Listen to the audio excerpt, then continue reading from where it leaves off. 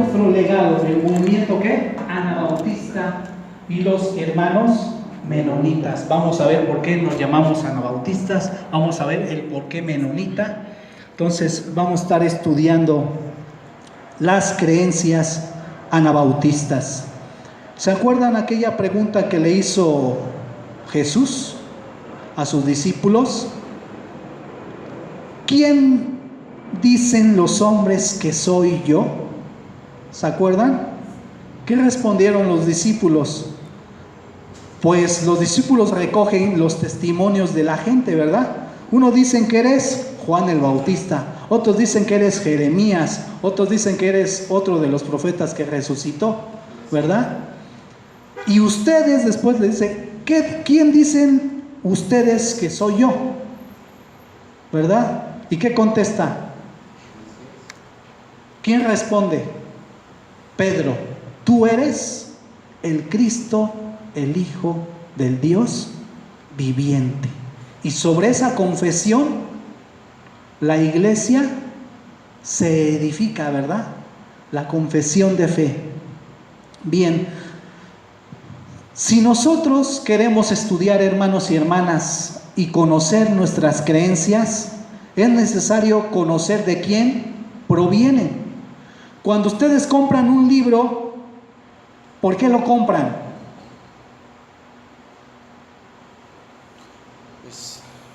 Porque está interesante, porque nos llama la atención, ¿verdad?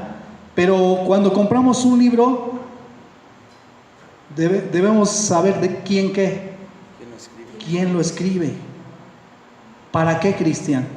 Pues para saber más o menos el tema del que va a hablar, ¿no? Para ver el perfil del autor y saber el por qué escribe, por qué escribió eso que me llamó la atención, ¿no? Tal vez sea un psicólogo, un sociólogo, etcétera, ¿no? Y algo que me llamó, ¿qué? La atención, ¿verdad? Entonces, nosotros debemos de conocer, fíjense, conocer nuestras creencias y conocer a quién, al autor de esas, ¿qué? Creencias. Las creencias de la iglesia tienen su origen ¿en quién? ¿En quién tienen su origen las creencias? En una persona. ¿Y su nombre es qué? ¿Quién? Jesús. Jesús. Su nombre es Jesús. Juan 7:17, ¿qué dice? El que quiera hacer la voluntad de Dios, conocerá si la doctrina es de Dios o si yo hablo por mi propia cuenta. Jesús, ¿en el nombre de quién hablaba? En el nombre del Padre. Él no vino a hacer su propia ¿qué? Voluntad, sino Él vino a hacer la voluntad de ¿quién, hermano Jesús? Del Padre, ¿verdad? Él venía con un mensaje, a dar un mensaje a sus oyentes. Amén. Entonces, continuemos. Dice el siguiente texto, 1 Corintios 3:11, porque nadie puede poner ¿qué? Otro fundamento que el que está puesto, el cual es Jesucristo. ¿De qué nos está hablando el apóstol Pablo? Aquí, ¿a quién está escribiendo? A la iglesia de Corinto. ¿Qué sucedía en Corinto? ¿Qué sucedía en Corinto? ¿Alguien lo sabe? La iglesia de Corinto era una iglesia gentil, ¿verdad? Que estaba siendo influenciada ¿por qué? Por las filosofías y la forma de pensar de aquel entonces. Unas filosofías estaba el neoplatonismo, o estaba los estoicos, el estoicismo, estaba el epicureísmo de Epicuro y otras filosofías en boga. Entonces esas filosofías estaban haciendo que ellos se enorgullecieran y se creyeran ¿qué? Superiores a los otros, ¿sí? También había problemas internos en la cuestión de los dones. Había rivalidades, lo que decía Gaby en su oración. Había rivalidades, porque ellos creían que el don de lenguas era más que, era mucho mejor que los demás dones. Y no es cierto. Todos los dones son para edificación de la iglesia. ¿Qué ibas a decir, algo? ¿Tú? Que también estaban siendo influenciados por las prácticas de los griegos y de sus Ajá, por el paganismo. Las sacerdotisas, Ajá. los corintios estaban influenciados también. Así es, había problemas de fornicación, había problemas hasta de incesto, ¿no? Había problemas. Era natural porque se dejaban llevar por las prácticas naturales. Bueno, Desde el punto de vista cultural de ellos era normal. así es. Era normal ir y tener una relación sexual ilícita con las sacerdotisas, porque esa era su cultura, ahí en Corinto, ¿no? Era su cultura. Pero viene el cristianismo a romper ¿con qué? Con todas estas costumbres, ¿verdad? Con todas estas costumbres, hermanos. Entonces, aquí el apóstol Pablo nos está hablando, nos está hablando de que hay un ¿qué? Fundamento. Una casa, cuando un arquitecto diseña un plano para llevar a cabo un edificio, ¿verdad? Necesita ¿qué? ¿Qué necesita ese arquitecto? Esa casa, ¿qué necesita de tener? Cimientos. Si esa casa no tiene cimientos, no tiene un fundamento, van a venir las lluvias, van a venir los vientos, va a venir cualquier situación y un huracán y la va a ¿qué? Tumbar. La va a tumbar. Entonces, ¿de qué nos habla el fundamento cristiano? De firmeza. ¿Sí? Por ejemplo, cuando sucede algo en la iglesia y no estamos nosotros cimentados en Cristo, enraizados en el Señor, ¿qué es lo que sucede? Vamos al mundo de la política, hermano. Cuando alguien no tiene convicciones en sí mismo o en sí misma, viene un partido político, ten una lanita para que te compres ¿qué? Arena, para que construyas tu casa, etcétera, etcétera. Esa persona que recibe ese dinero, ¿qué es lo que pasa? Se está ¿qué? Vendiendo. Se está corrompiendo en ese momento, se está vendiendo, hermanos. ¿Por qué? Porque no tiene convicciones. Ahora dentro de la iglesia, hermano, eches una cervecita. No tiene nada de malo, hermano. Entonces, si yo me dejo mover, la persona que no tiene convicciones, que dice, sí es cierto, no hay nada de malo, vamos a echarnos una cervecita, hermanos, ¿verdad? Las 3 de rigor. Sabe rico esto, ¿verdad? Entonces, es cuando no tenemos convicciones, hermanos. Una persona de convicción se mantiene firme, dice no tentarás, Jesús en la tentación, ¿se acuerdan? No tentarás al Señor tu Dios, a Él solo adorarás y a Él solo servirás. Y después el diablo lo quiso como confundir con la misma Biblia, ¿no? Dice que vendrán los ángeles y te salvarán. ¿Y qué dice Jesús? ¿Qué dice Jesús? Pero también dice la Escritura, ¿no? Entonces es necesario tener ¿qué? Un conocimiento de la palabra de Dios para tener ¿qué? Convicciones. Andamos muchos cristianos en medio de la sociedad sin convicciones. Estamos siendo arrastrados como ¿qué? Como la ola del mar arrastra, ¿verdad? A los animalitos. ¿Han visto en la playa cuando fuimos? Me di cuenta cómo cuando llega la ola se quedan en la playa los cangrejos, no sé, otros tipos de animales ahí que ni conozco yo, fíjense, unas bolas así como cafés que ahí llegaban ahí. ¿Qué será ese animal? Me dice una señora, no lo toque porque le puede picar o algo, tienen veneno esos animales, me dice. Entonces, cuidado. Entonces, sí debemos nosotros de tener ¿qué? Raíces, convicciones. A continuación vamos a leer. Adelante, hermano.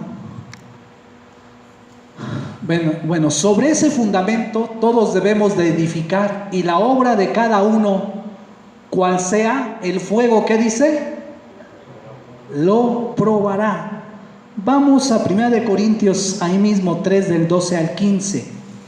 Ahí en ese contexto está hablando el apóstol Pablo de que todos los que están sirviendo dentro de la iglesia son ¿qué? Colaboradores de Dios. O sea, cada colaborador pone su granito de arena para que el edificio ¿qué? Crezca. Ni Apolos es superior a Pablo, ni Pablo es superior a Pedro, etcétera, ¿no? Había divisiones también dentro de la iglesia de Corinto. Entonces, ahí en el versículo 12 dice: y sobre este fundamento, y si sobre este fundamento alguno edificare oro, plata, piedras preciosas, madera, heno y hojarasca o paja, la obra de cada uno se hará ¿qué? Manifiesta, porque el día la declarará, pues por el fuego será revelada. Y la obra de cada uno, cual sea, el fuego, ¿qué dice? La probará. Ahí hay dos tipos de ¿qué? ¿De qué, Cristian? De materiales. Un arquitecto para levantar un edificio necesita el mejor ¿qué? El mejor material. Hay unos que hacen fraude, ¿verdad? Ahí vemos la línea 12 del metro, ya vieron lo que sucedió. Tuvieron que suspender un año. ¿Por qué? Para arreglar bien. Porque hay edificios que se caen con un temblor. ¿Por qué? Porque el arquitecto hizo fraude junto con todos aquellos que hicieron el edificio, ¿no? Entonces, ¿quién quiere hacerle fraude a Dios, hermanos?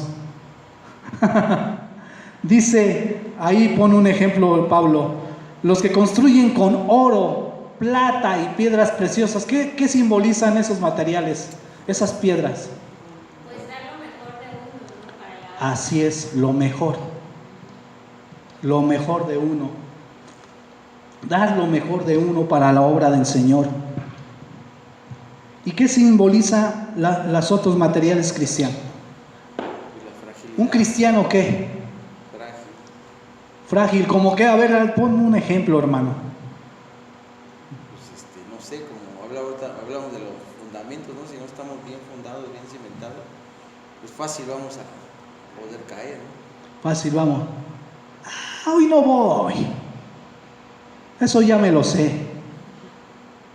¿Creen que sea un cristiano de convicciones? No. Sí, hermano. También es como una falta de compromiso. Ajá. Sí, es la falta de compromiso, de responsabilidad. Es un cristiano que, ¿qué pasa aquí? ¿Qué hay aquí? ¿Verdad?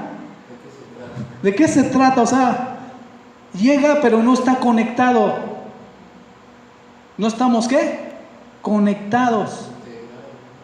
Como decía Ramón en sábado, no hay una comunión con quién, con Cristo. No estamos ni conectados ni con Cristo ni con la comunidad. Y nada más venimos. ¿Y qué pasa cuando venimos? Salimos y no ha pasado nada en nuestras vidas. Nada en nuestras vidas. ¿Saben cómo les llama Jesús a esos hermanos y hermanas? Insensatos. Es una palabra muy ¿qué? Fuerte que utiliza Jesús. Pero vamos a leer la Biblia. Ahí en Mateo capítulo 7, del 24 al 27. Mateo 7, del 24 al 27.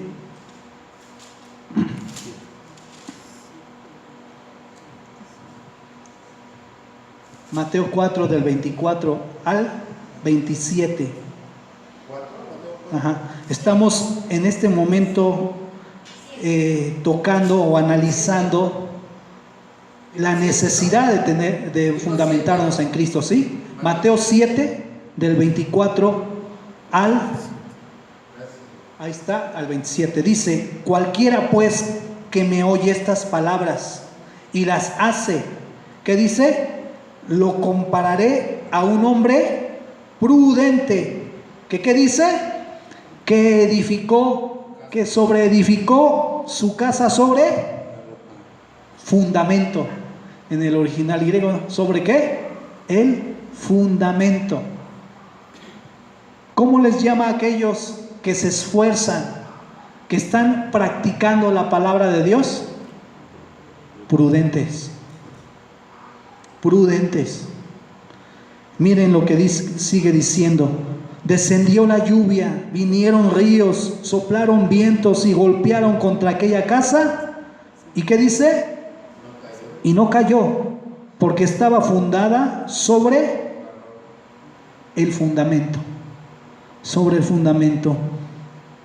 Pero cualquiera que me oye estas palabras y no las hace o no las pone en práctica, le compararé a un hombre insensato que construyó su casa sobre la arena, y descendió lluvia y vinieron ríos y soplaron vientos y dieron con ímpetu contra aquella casa, y cayó, y fue grande ¿qué? Su caída. Hermanos, ¿por qué llegamos derrotados a veces a los pies de Cristo? ¿Por qué vivimos en derrota? Aquí está. Hoy Jesús nos está enseñando. ¿Por qué?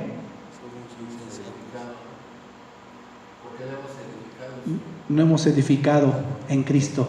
Hemos edificado en el dinero, hemos edificado en mi forma de pensar, hemos edificado en qué más podemos edificar. Sí. En lo que el mundo cree que es mejor. Pero la palabra de Dios que nos enseña que Jesús es la preeminencia. ¿Qué es la preeminencia? ¿Qué es la preeminencia? El primer lugar. La preeminencia. Jesús es el primer lugar en todo. Nada debe de suplantar a Jesús. Por eso dice, nadie puede ¿qué? Poner otro fundamento que el que ya está puesto, si no es Cristo. ¿Cuál es tu fundamento? ¿Cuál es nuestro fundamento, hermanos? ¿Cuál será el fundamento aquí en Luz y Verdad? Si le preguntásemos a cada hermano y a cada hermana, ¿cuál será ese fundamento de sus vidas? Continuemos. Dice, es por ese motivo que debemos conocer el origen de nuestras ¿qué? Creencias. Porque vivimos en medio de una sociedad plural, donde circulan diferentes modos de pensar, diferentes corrientes de pensamiento o filosofías, que todos nosotros somos llamados a estudiar y a confrontar a la luz del pensamiento de Cristo, ¿qué? Todas esas filosofías y formas de pensar. Como por ejemplo, tú eres un Dios mismo. En New Age, las filosofías de New Age, ¿qué nos dicen de las religiones orientales? Tú mismo eres ¿qué? Un Dios. ¿Verdad? ¿Qué más ibas a decir, Gaby? Es que me quedé pensando en que esta época que estamos viviendo es muy similar a la época de Pablo, por ejemplo, en la que había esa pluralidad de filosofías y pensamientos y corrientes. Con los griegos después vino una etapa de opresión, que fue la del oscurantismo, donde nadie podía decir ni Dios, ¿no? Había un totalitarismo, Así en es. la época feudal, nadie tenía voz ni voto más que la iglesia y el sometimiento, y ahorita estamos regresando a la época de Pablo. Bueno, o sea, en cuanto a la, entre comillas, supongo, apertura, ¿no? Ajá, estamos en una sociedad plural. Es una etapa de descontento del hombre. ¿Por qué descontento? Porque el hombre en su momento, en la etapa anterior del modernismo, creyó que la tecnología lo iba a sacar adelante, pero se dio cuenta que esa tecnología él mismo la puso en contra del hombre, ¿verdad? Para destruirse. Y hoy en día el posmodernismo, una característica es el descontento del hombre, y está regresando a la espiritualidad del hombre. Pero el hombre no está buscando ya en las religiones tradicionales esa espiritualidad. ¿En dónde la está buscando? ¿En dónde la está buscando? En otras religiones. ¿O está buscando otras qué? Alternativas. Y ya a Cristo, pues ya lo han hecho a un lado. ¿Sí? Hoy vas con el vecino y el vecino prefiere ir con la bruja, prefiere ir con el que le lee las cartas, a la santería, etcétera, porque se les es más fácil. Prefiere ir a hacer ahí peregrinación con el ¿cómo se llama? San Judas Tadeo, ¿no? Etcétera. Les respetamos, pero busca alternativas o puertas a la luz de la palabra falsas, que lo van a llevar ¿a qué? A otras cárceles personales, ¿verdad? Y del alma, a otro tipo de esclavitud religiosa. Amén. ¿Sí vamos entendiendo, hermanos? Sí. Entonces, por eso el apóstol Pablo escribe a los colosenses, en el capítulo 2, verso 8, dice: mirad que nadie os engañe por medio de ¿qué? Filosofías y huecas sutilezas, según las tradiciones de los hombres, conforme a los rudimentos del mundo, y no según ¿qué? Cristo. ¿Por qué se lo dijo a los colosenses? ¿Qué hacían los colosenses? Eran adictos, súper adictos a la doctrina de los ángeles. Ellos creían mucho en el ángel, quién sabe quién te va a ayudar. El ángel fulanito de tal te va a ayudar. Y hacían a un lado, y los cristianos estaban cayendo en eso, otra vez como regresando a eso. Ajá. Y Pablo les dice: no. ¿Nosotros qué? Mirad que nadie nos engañe. En el capítulo 1 de Hebreos, ¿qué dice? Bueno, en ese tiempo no estaba todavía escrita la carta a los hebreos. Pero ¿qué dice en el capítulo 1? ¿Quién ha leído la carta a los hebreos? Jesús es el resplandor de la gloria. ¿Es el qué? El eicón de Dios, la imagen misma de Dios aquí. Jesús es superior ¿a quién? A los ángeles. Y en el capítulo 2, Jesús es superior a Moisés. ¿Sí? Entonces Jesús, y ahí en Colosenses es donde dice que Jesús es la preeminencia ¿qué? En todo. Vamos a leer Colosenses. Vean el 1:15. Él es la imagen del Dios invisible, el primogénito ¿de qué? De toda creación. Porque en Él fueron creadas todas las cosas, las que hay en los cielos y las que hay en la tierra, visibles e invisibles, sean tronos, sean dominios, sean principados, sean potestades. Todo fue creado por medio de ¿quién? De Él, de Cristo, y para Él. Y Él es antes de todas las cosas, y todas las cosas en Él subsisten. Y Él es la cabeza del cuerpo, que es ¿qué? La iglesia. ¿Ya vieron? Cristo es la preeminencia. Verso 18. La iglesia en el que es el principio, el primogénito de entre los muertos, para que en todo tenga ¿qué? La preeminencia o el primer lugar. Cristo Jesús. Hebreos 1. Hebreos 1, hermanos, tenemos que estar leyendo la Biblia. Amén. Dios, habiendo hablado muchas veces y de muchas maneras en otro tiempo a los padres por los profetas, en esos postreros días, ¿qué dice? Nos ha hablado por el Hijo, a quien constituyó heredero de todo y por quien asimismo hizo ¿qué? El universo, el cual siendo el resplandor ¿qué? De su gloria y la imagen misma de su sustancia, y quien sustenta todas las cosas con la palabra de su poder, habiendo efectuado ¿qué? La purificación de nuestros pecados por medio de sí mismo, se sentó a la derecha de la majestad en las alturas, hecho tanto superior ¿a quiénes? A los ángeles, ¿verdad? A los ángeles, cuanto heredó más excelente nombre que ellos. Jesús es superior ¿a quién? A los ángeles. Y ahí a los colosenses les dicen: mirad que nadie los engañe, ¿verdad? Mirad que no sean engañados. Mirad que no sean engañados.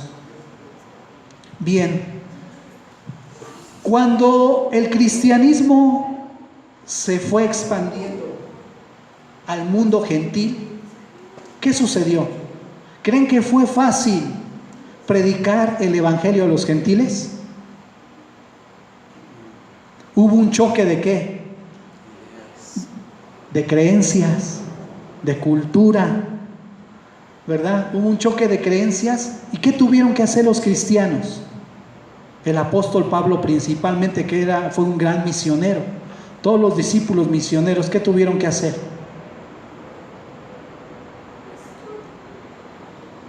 Algo que se le llama dentro de la sociología la inculturación. ¿Qué es la inculturación? ¿Alguna idea que tengan? Inculturación es el proceso por medio del cual el otro, cuando yo llevo una cultura, me adapto ¿qué? A su cultura. Es el proceso de adaptación entre dos ¿qué? Culturas. ¿Sí, Gaby? Como en el caso de Hechos, ¿no? Que llegan con los griegos, hay un espacio vacío donde tienen a los dioses y les dicen, ¿no? Este es el Dios que ustedes están esperando, ¿no? El Dios desconocido. Ándale, muy bien. Hechos 17. El apóstol, me gusta esa ilustración, porque el apóstol Pablo llega ¿a dónde? A Atenas, Grecia. Entonces le dice, y él llega ahí porque tiene que esperar ¿a quién? A Timoteo, en Atenas, Grecia. Atenas, Grecia es considerado ¿qué? El centro ¿de qué? Intelectual del mundo occidental, hermanos. Grecia. Entonces Pablo se pone a visitar, me imagino, la ciudad, a ver los templos, a ver sus creencias, a estudiar su cultura, sus poemas, su literatura, etcétera. Como nosotros cuando vamos a alguna ciudad, ¿qué vemos? Vamos a los museos, ¿a qué vamos? ¿A dónde más? A conocer ¿qué? La ciudad. Pablo fue a la ciudad de Atenas y se encontró con un monumento que decía solamente una inscripción, pero no tenía ¿qué? Una figura, una estatua. Todos ahí, todos los dioses estaban representados por medio de ¿qué? De una figura, de una estatua. Y de repente ve al Dios desconocido. Y dice Pablo, de esto se agarró Pablo ¿para qué? Para poder llegar con el mensaje de Jesús. ¿A quiénes? A los griegos. ¿Qué es inculturizar? Decía Pablo, con el judío me hago judío para ver si alcanzo a uno para Cristo. Con el griego me hago griego para ver si alcanzo a uno para ¿quién? Para Cristo. Vamos a contextualizarlo. Llega tu primo, tu tío que no es cristiano a tu casa y es Navidad. ¿Qué harías tú que eres cristiano para que él conozca el evangelio? Porque hay cristianos que en la Navidad, ay no, yo no festejo esto, ay no, yo no voy allá porque allá no son cristianos. ¿Qué actitud estamos tomando con eso? ¿Mande? Rechazo, discriminación, ¿verdad? Y no estamos cumpliendo nuestra ¿qué? Nuestra misión, lo que Dios nos ha encomendado a hacer. ¿Qué haría, hermano Jesús? ¿Qué haría?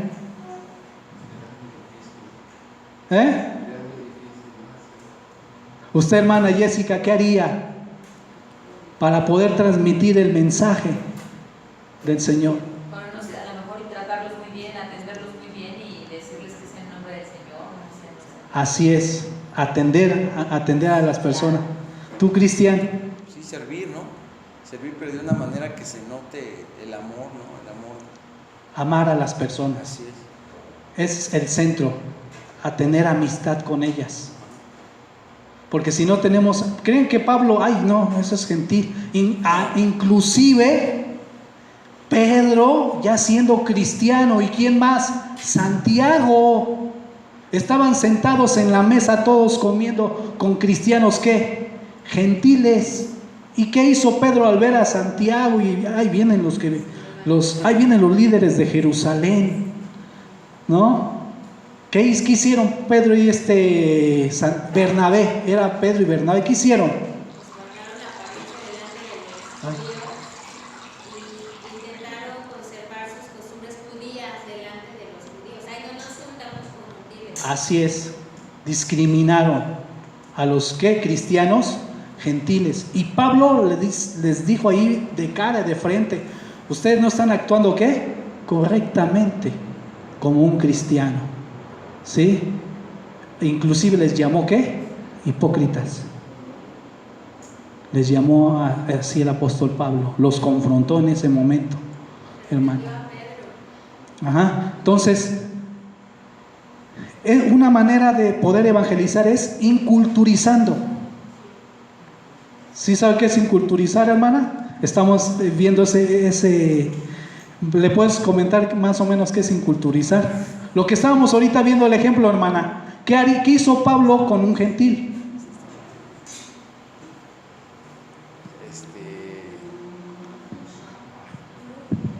Adaptar el evangelio a la cultura a la que estoy predicando.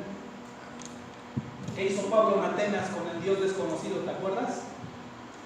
Tomó un elemento cultural de ellos para poderles ¿qué? Dar el mensaje.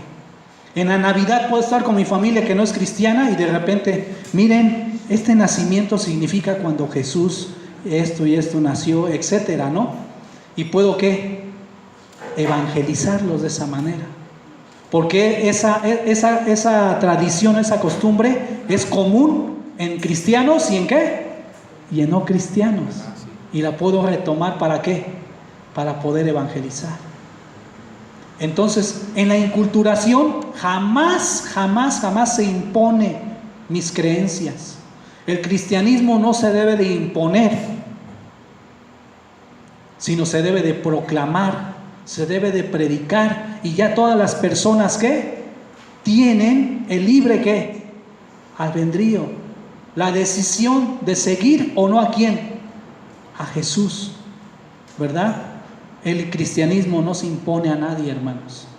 Y es lo que, por ejemplo, ahorita los temas del homosexualismo, los temas del aborto que ha habido en la sociedad, ¿qué es lo que han hecho varios hermanos religiosos? Lo han visto en Facebook, ¿no? Yo conozco a los que estudiaron conmigo, ponen unas cosas tan horribles, hermanos. Postean cosas tan horribles como de odio hacia esas personas, ¿no? De odio. Y yo luego les escribo ahí por ahí en inbox: hermano, eso que escribiste no está correcto. Tú eres un pastor, tú debes de amar a esas personas, ¿sí? Tú debes de amar a la vida. Sí, tenemos que proclamar, que predicar, que dar nuestro punto de vista, pero no imponer a nadie nuestras creencias. Las creencias que nosotros tenemos las deben de abrazar voluntariamente. ¿Por qué? Por amor. Cualquier persona, sea su condición moral, física, espiritual. Amén, hermanos. ¿Sí que me ibas a decir algo? Entonces, el cristianismo no se impone. Y también hay otro proceso que se llama la aculturación. ¿Qué es la aculturación? ¿Qué es la aculturación? La aculturación es cuando se impone mis creencias, mi forma de vida.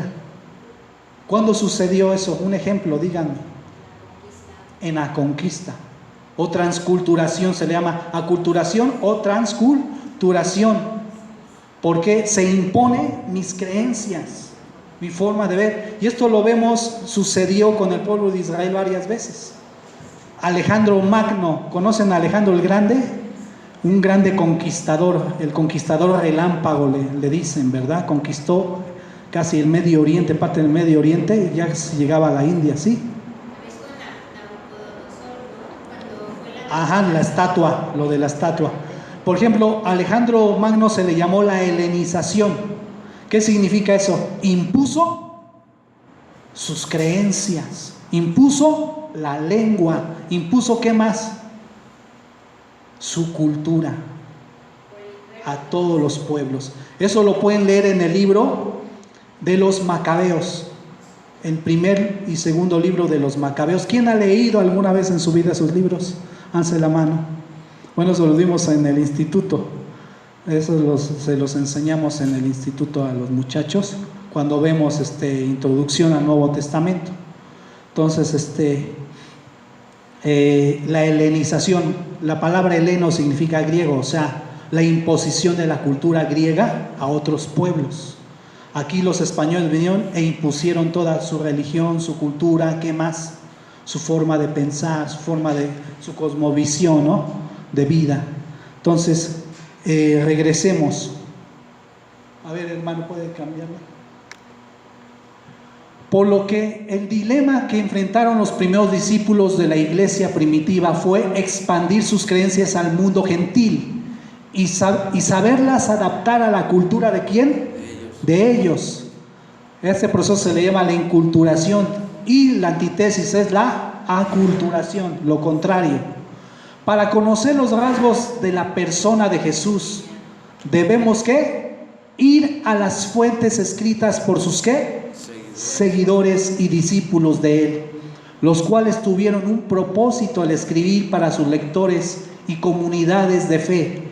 Estos escritos son los ¿qué? O las fuentes son los evangelios sinópticos. ¿Cuáles son los evangelios sinópticos? ¿Por qué sinopsis? Los evangelios que tienen ¿qué? Parecido.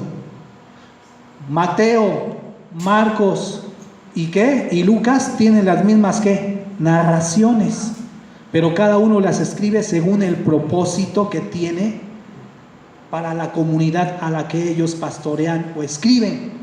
Y el de Juan no es sinóptico, él tiene otro propósito al escribir su evangelio, que más adelante lo vamos a ver. Entonces, los evangelios nos ubican en el lugar, tiempo y espacio en que nació Jesús y ejerció ¿qué? Su ministerio, obra y desarrollo ¿de qué? De su vida. Amén. Entonces, la próxima semana iniciamos con ¿quién es Jesús? Amén. Vamos a ponernos de pie para orar en esta noche. ¿Sí aprendieron algo hoy? ¿Sí? Amén. ¿Sí aprendieron algo? Gracias a Dios.